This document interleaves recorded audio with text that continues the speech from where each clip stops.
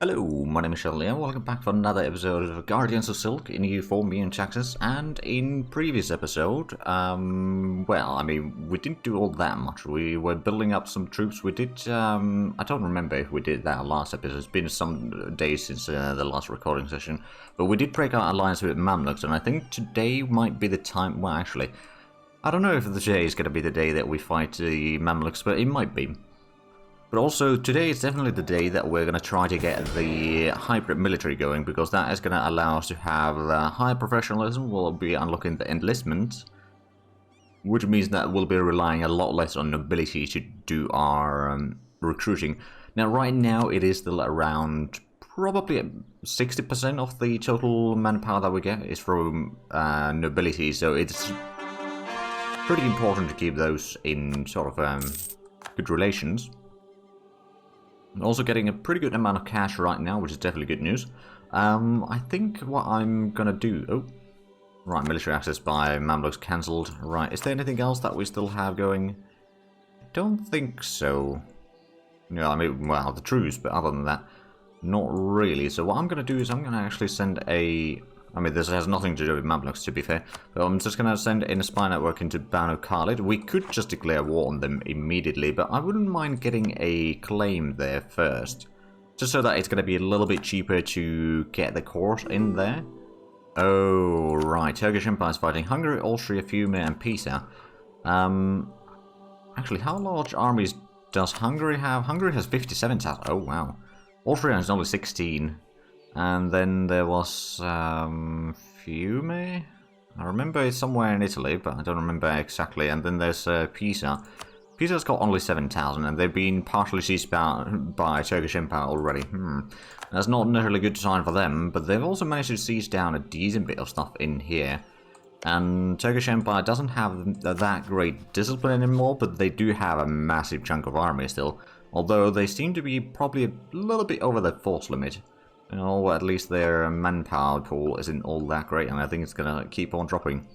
Noble merit expired, so the noble power should be dropping even faster right now, which is actually good news. We still should be getting 2 ticks of that.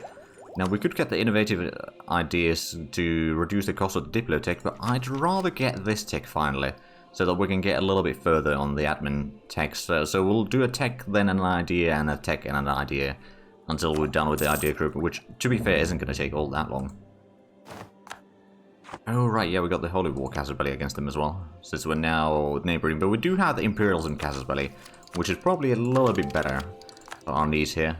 But yeah, for the hybrid military, we need 200 mil points, and we need to, well, we should probably try to wait until we have Stability 1, which we're slowly getting to, but it's like we're gonna have to wait until, I think, 1698 or something like that before we start going properly up, because we got the reduction of power going on for the nobility, which is hopefully going to drop us below 75% of the nobility power, to be fair.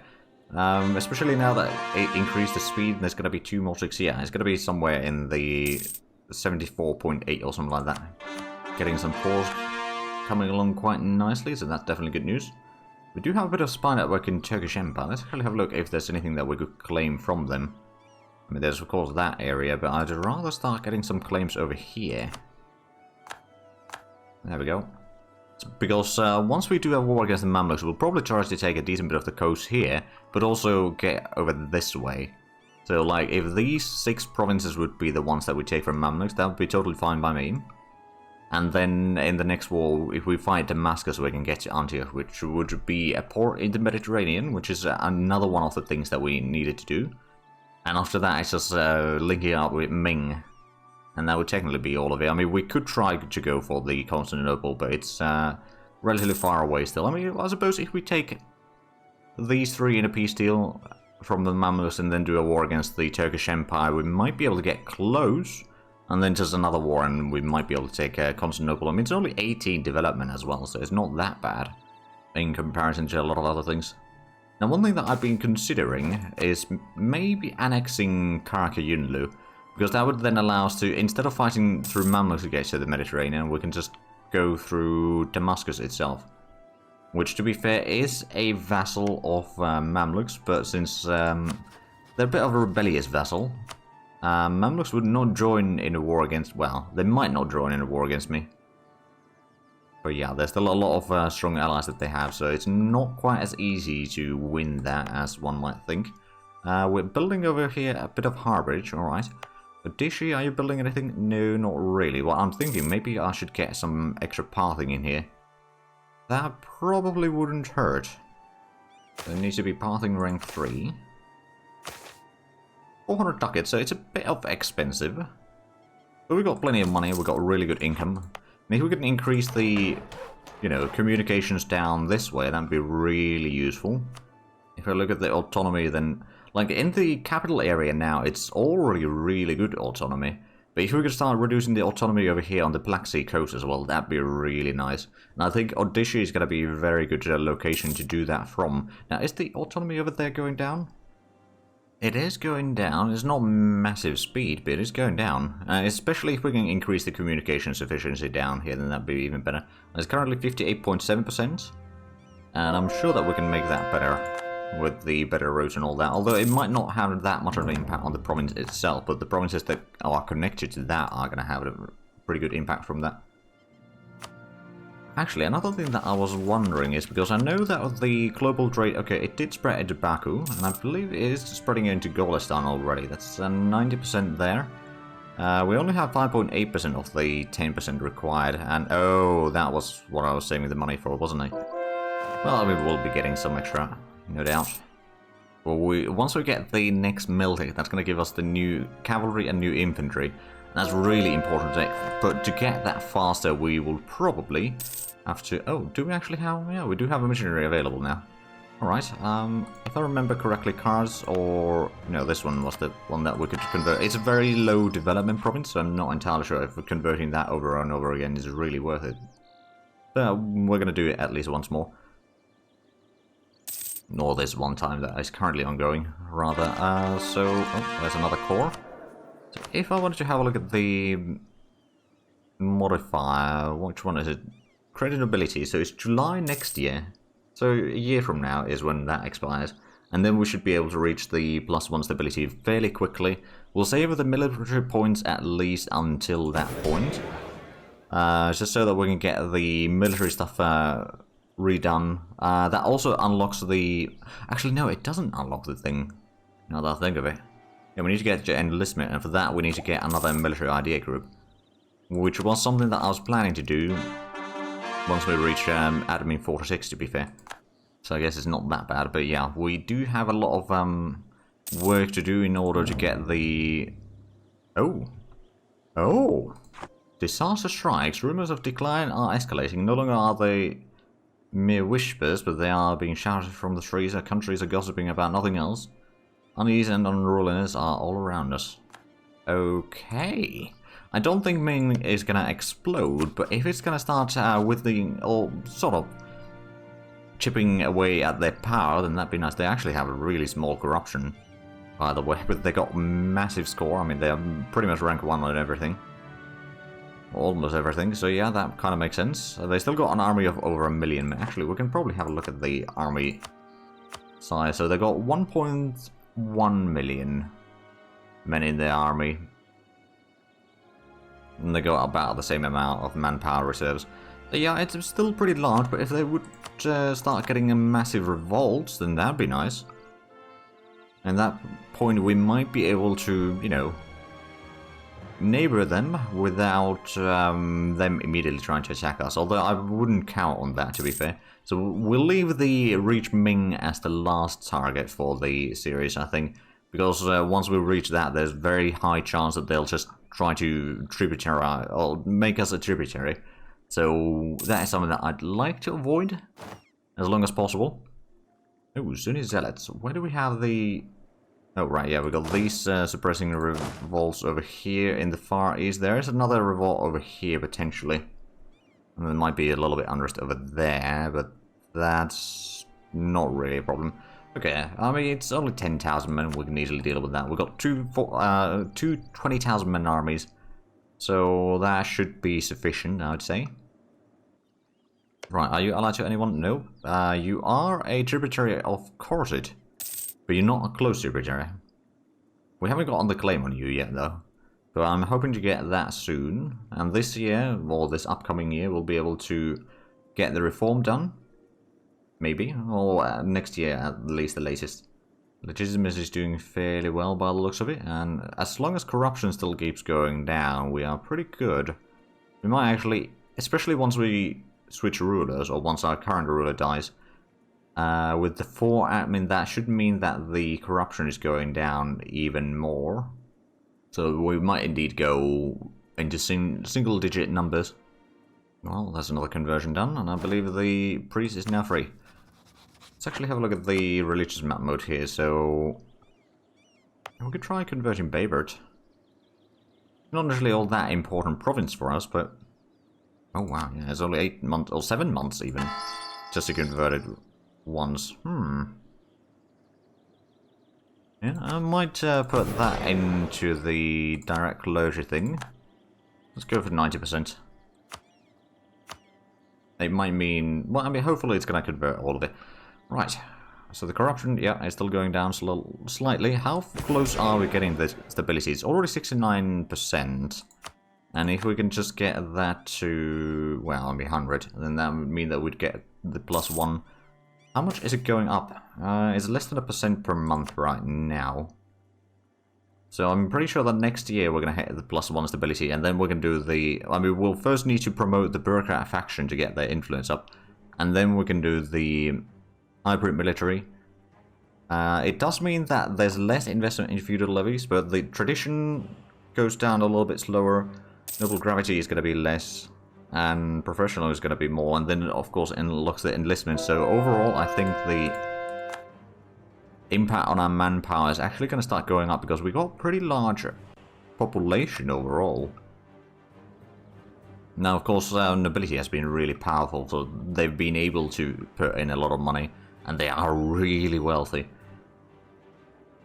Okay, we got all, well, we still need about 8 points, or 7.1 points. So that's about 5 months, and then we're going to get the claim over there. Then we're going to do the war against Banu Khalid. Oh, well, never mind. Let's do a quick war then. Imperialism is fine. Oh, right, yeah, we have no diplomats. Well, now we do. Should be a pretty easy war. It's got a light looting as well, because we'll be taking that very shortly. So we got 8 cannons, so that gives us 4 points from the cannons alone. And then 1 from the general and all that. So yeah, that's not bad at all. Plus the each C6 only takes 12 days. Oh wow. Wow, that's gotta be a quick siege then. One of the quickest war that we've seen. Or wars. Now our lieutenant abuse has expired. Next month is gonna be the stability modifier expiring. There we go. Siege done. Take the province and 5 ducats. Not much. Definitely better than nothing. Get this army back to Basra. Oh, and we may need to get a corps going over there, just for the heck of it. Ah, there we go. Modifiers have expired. I don't think it's gonna update the... oh, actually, it did update the numbers over here. Okay, so now it's just gonna be a matter of few months, about 6 months or so, until we get the stability +1. So next year, hopefully we should have the points for that. Ooh, elusive shadow. Spy network construction goes up, and diplomat reputation goes up as well. That's quite useful. Alright, Karaka Yunlu, I want you to hunt down that army, if you could. I'm sure you will. Oh yeah, they will. Let's actually go ahead and give this army some rebel suppression orders. There might be some problems in this area. Just in case.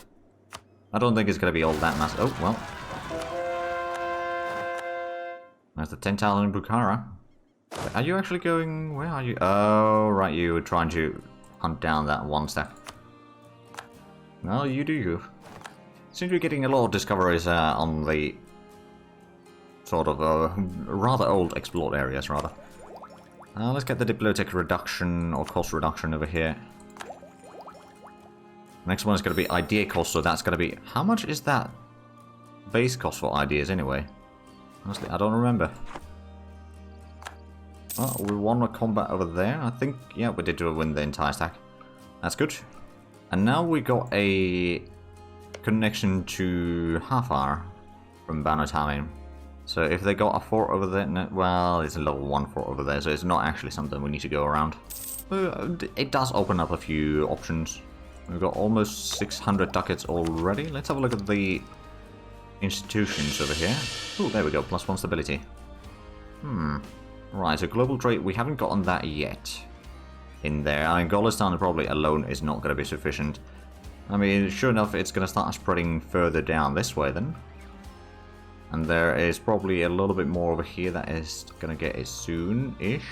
Or maybe not. Yeah, it doesn't really look like it. Alright, well, let's have a look at the bureaucracy thing. So let's promote the faction. So that's going to actually start improving the stability increase into a little bit. Gives them a lot of influence. And now we're going to do this. So it's going to drop the stability probably all the way to -3.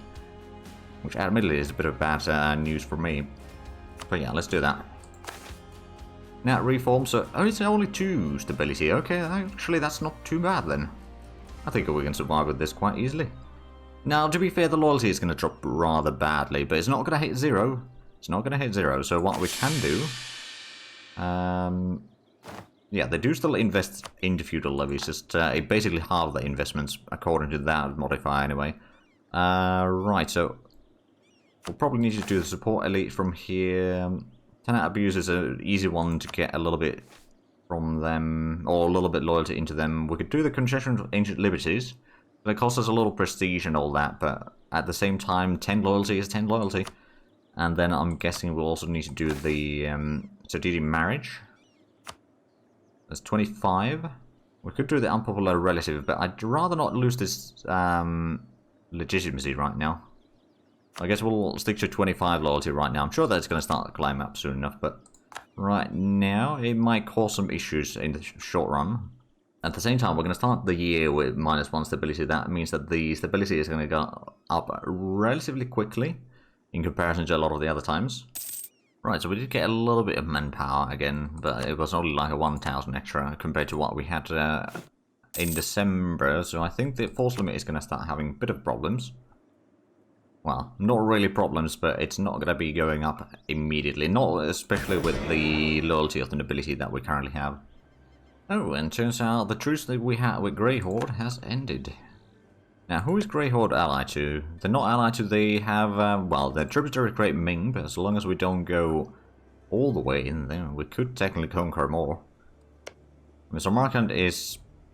it's 22 dev, that's not bad. Do they have any sort of important productions in there, I wonder? I mean, well, there's an okay amount of production. There's a decent bit of commerce in there. Crops and pastures and all that sort of stuff. Alright. Right, so the income has dropped a little bit since the previous year, like by about 5 ducats. Also, I don't suppose there's any of the government reforms that we could do now. We could go for the appointed leadership. But no, for the regional garrisons we need to get the enlistment done yet. Which, well, going to be a bit of a problem. I think I'm going to go with the appointed leadership now. I have no clear idea of what it does. I'm sure that it is listed in the mods wiki pages, what those do, but some of those are a bit cryptic in what exactly they do, at least in terms of what they tell you in-game. Truce in Mamluks has ended. So if I was to declare war on Mamluks, not that I would do that necessarily. I think if we're going to fight a Mamluks, it's going to have to be through proxy wars. Not to mention we've still got some rebellions that we might want to deal with before we go into another war. And have a look at how much we'll actually have. Ooh, actually another thing that we do want to do is get the Miltech 50. Mamluks only have 44, Turkish Empire has 48. How much do the... Damascus has 47. You got 47. So I definitely do have a bit of an advantage in the Miltech in here.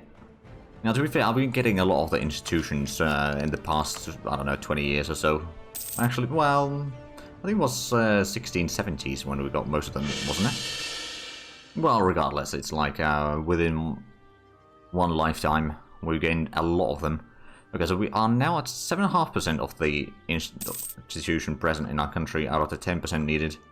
So yeah, it's slowly getting better, but there's a lot of places in here that aren't really that trade-oriented, and thus aren't getting the institution basically at all.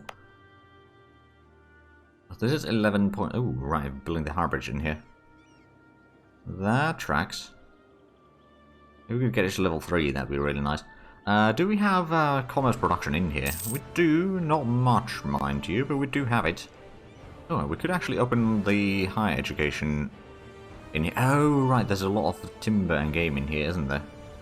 So there's still Genoa's Pretender Rebellion over here in Cherokee. So, oh, yeah, that's been there for a while. Ooh, actually, seems like Turkish Empire is no longer at war. I wonder which side won. I have a suspicion that it was probably Turkish Empire winning there. And welcome to the 17th, or rather the 18th century. I was going to say 1700s, but then I went for the other option. Okay, now our manpower started going down, so it's probably partially because of the lack of loyalty. How is the loyalty even progressing right now? It's, yeah, it's not going up all that quickly. There's not too much I can do about it, though. Because I'd rather not have that big of an impact on the legitimacy right now, because it's not doing all that strong. And it does have quite an impact on a lot of things. Mamluks would still want to ally me, but I don't want to ally Mamluks. Is the problem. Dulgardea, are you... Oh, interesting. You're allied to Turkish Empire. Well, we do have a truce with you, apparently. So we can't really do a war against you. How long do we have a truce? Oh, Dulgardea is going to expire next year. Alright. As one of the few... Well, actually, that is the only remaining peace deal that we have right now. Or ongoing truce. So I'm guessing part of the... Oh yeah, that's probably having a little bit of an impact on the income. Although, being 1 over the force limit at 40,000 men total, it's not really that bad. Extra expenditure, like it, sure enough, it's a little bit, but it's definitely doable. Now, we're gonna get the Diplotech now. Colonial range rate efficiency, I mean, sure. Definitely doesn't hurt. Ooh, National Bank. Naval force limit modifier plus 5% over there, alright. Sounds useful. Not that we necessarily need to worry about that one, we just don't have the naval material production really to keep up with our navy anyway. And partially that, or mostly that, is due to the fact that the naval material price is so down low that it's not profitable to make. And thus we don't make a lot, and thus we don't have a lot of room for the fleet. So a bit of a vicious cycle, that one. So Banu Tamim. Allies from Mamluk, Damascus, Yemen, and Banu Kab. Why do you keep asking me for money? I mean, sure enough, I do have a lot of cash, but at some point I'm just going to say no. You do realise that. You can't build your economy just for me. Or just to operate on gifts from me. But I suppose since the AI doesn't really have a lot of things, then I am wealthier than they are. They'll try to ask me. How far are we from getting the next tech? We're still relatively far away. I mean, sure enough, if we were to get the institution in place, then that would be something that we wouldn't have to worry. It would be already researched. Right, so we got the idea, so the next one's going to be the Royal Absolutism. Ooh, more centralization. Or max centralization, and stability goes up a little bit faster. Like, it's not a massive impact, but it will sort of accumulate over time, at least. Oh, I didn't realize the investment year was this year as well. So there's more than 100 ducats invested. And apparently Derbent was at least one of them, so let's have a look. What did they get in there? Not all that much. Less than half a ducat total. What about Baku? Yeah, about the same. What about our capital? They got a little bit in forestries, but there's not that much room in there. I mean, I suppose the farmlands do have a decent bit of room in there. Come to think of it. And didn't we already have the... Was this one of the places with... No, that's a sugar place in here. Did we have a lot of sugar in here then? There's not a lot of room for farmland, so I guess not really. I'm sure that the sugar would be very profitable though. It looks like the manpower is still sort of dropping down. At the same time, let's actually have a quick look at the military, shall we? So feudal levies, we have a total amount of around 81,000. Almost 82,000 actually. The citizen militia, we got about 34,500. Tribal hosts do give us a little bit of troops as well. Total amount of around 5,000 or 5,500, so that would be about 40,000 for these two. And then there's the state army of... ooh, actually. There's a lot of peasant conscripts. I mean, that's not too bad. Let's actually have a quick look at the... Because I know that there's the tax things in here regarding... hold on, so there's the citizen service volunteers. So there's high volunteers in here in Baku.